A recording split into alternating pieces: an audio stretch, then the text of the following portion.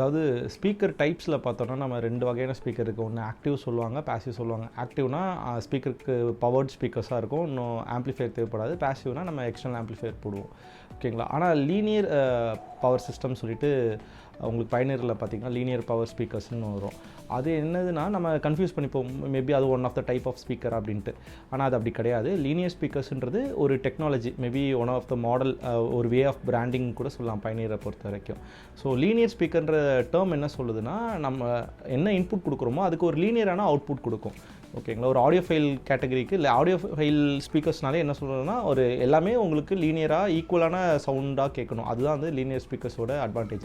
So அதே மாதிரி தான் இந்த ஸ்பீக்கர்ஸில் பார்த்தீங்கன்னா அந்த அவுட்புட் அச்சீவ் பண்ணுறதுக்கு உங்களுக்கு இந்த ஸ்பீக்கர்ஸில் வந்து பார்த்திங்கன்னா ரிங்ஸ் இருக்காது, ஓகேங்களா. ஸோ வந்து உங்களுக்கு அதோட பேஸ் மூமெண்ட் வந்து ரொம்ப கண்ட்ரோல் பண்ணி வச்சுருப்பாங்க. அதேமாதிரி டிரைவரோட டெப்த் உள்ளே பார்த்தோன்னா ரொம்ப பெருசாக இருக்கும், வாய்ஸ் காயிலும் ரொம்ப பெருசாகவே இருக்கும். 2 இதுக்குமே அப்படி தான் இருக்கும், ஓகேங்களா. அதனால் வந்து என்னென்னா இந்த டெக்னாலஜியில் என்ன பண்ணுவாங்க, அதோட மூமெண்ட்டை ரொம்ப கண்ட்ரோல் பண்ணி பேஸோட ரீப்ரொடக்ஷன் வந்து ரொம்ப நீட்டாக பண்ணுவாங்க.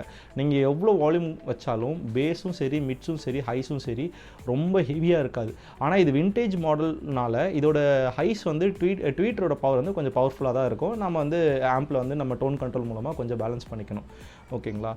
ஸோ இதுதான் லீனியர் ஸ்பீக்கர் ஒரு டெக்னாலஜியை பற்றி. வாங்க வீடியோக்குள்ளே போகலாம்.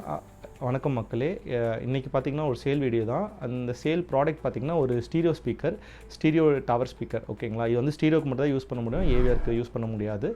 ஏன்னா இது ஓல்டு, மெயினஸ்ட் சாங்ஸ்க்காகவே வந்து பண்ணியிருக்காங்க. அதாவது ஃபுல் ரேஞ்ச் சிக்னலில் வந்து ட்ரைவ் பண்ணுற மாதிரி உள்ள டெக்னாலஜியாக பண்ணியிருக்காங்க. ஃபுல் ரேஞ்சுனா எல்லா ஃப்ரீக்வன்சியும் இதில் வந்து ப்ளே ஆகிற மாதிரி, ஓகேங்களா. ஸோ இதில் பார்த்தீங்கன்னா இதோட கன்ஸ்ட்ரக்ஷன் நம்ம பார்க்க போகும்போது இது வந்து உங்களுக்கு உட் கிரெயின்ஸில் பண்ணியிருக்காங்க. ஒரு வினைல் ஃபினிஷ் இருக்குது, உட் வினைல் ஃபினிஷ் கொடுத்துருக்காங்க.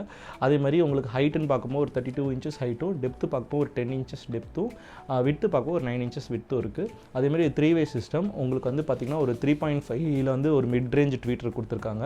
அதே மாதிரி பேஸ் பார்த்திங்கன்னா உங்களுக்கு வந்து ஒரு அரௌண்ட் 6 இன்ச்சஸில் வந்து 2 பேஸ் டிரைவர்ஸ் கொடுத்துருக்காங்க. ரொம்ப டெப்த்தாகவே இருக்கும். அது இல்லாமல் உங்களுக்கு ஃப்ரண்ட்டில் வந்து ஏர் ரிஃப்ளெக்ஷன் போர்ட் இருக்குது. ஸோ வந்து இது வந்து ஒரு போர்ட்டட் டெக்னாலஜி.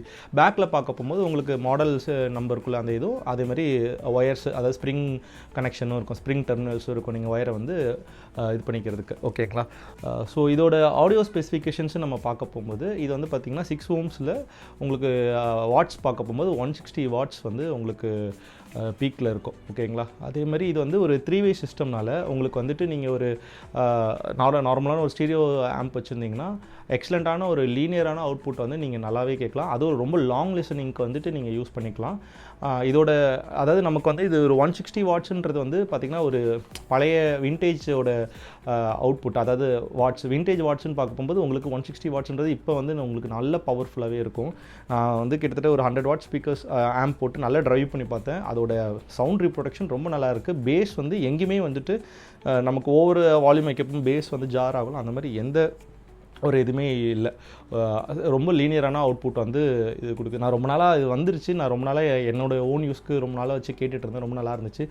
இதோட சவுண்ட் நேச்சர் நம்ம பார்க்க போகும்போது இது ஒரு லீனியர் டெக்னாலஜி, ஆல்ரெடி எக்ஸ்பிளைன் பண்ண மாதிரி இதோட பேஸ் வந்து ரொம்ப கண்ட்ரோலாக இருக்கனால உங்களுக்கு பேஸ் ரீப்ரொடக்ஷன் எக்ஸலண்ட்டாக இருக்குது, கிளியராகவும் இருக்கும். மிட் ரேஞ்ச் வந்து ரொம்ப நீட்டாகவும் இருக்கும், உங்களுக்கு அதே மாதிரி கிளியராகவே தான் இருக்குது. மிட் ரேஞ்சும் ஒரு ஹார்ஷான இல்லை. ஃபீட்டர் வந்து உங்களுக்கு விண்டேஜ் டைப் மாடல்னால உங்களுக்கு வந்து கொஞ்சம் ஹார்ஷாக தான் இருக்குது. ஆனால் வந்து நீங்கள் சூப்பராக கண்ட்ரோல் பண்ணலாம்.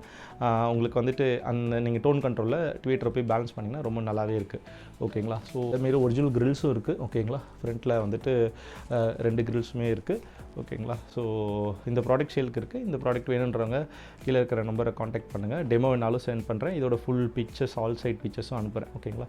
இதோட ப்ரைஸ் பார்த்திங்கன்னா உங்களுக்கு 21,000 வருது. ஸோ வேணுன்றவங்க வாங்கிக்கோங்க. நன்றி, வணக்கம்.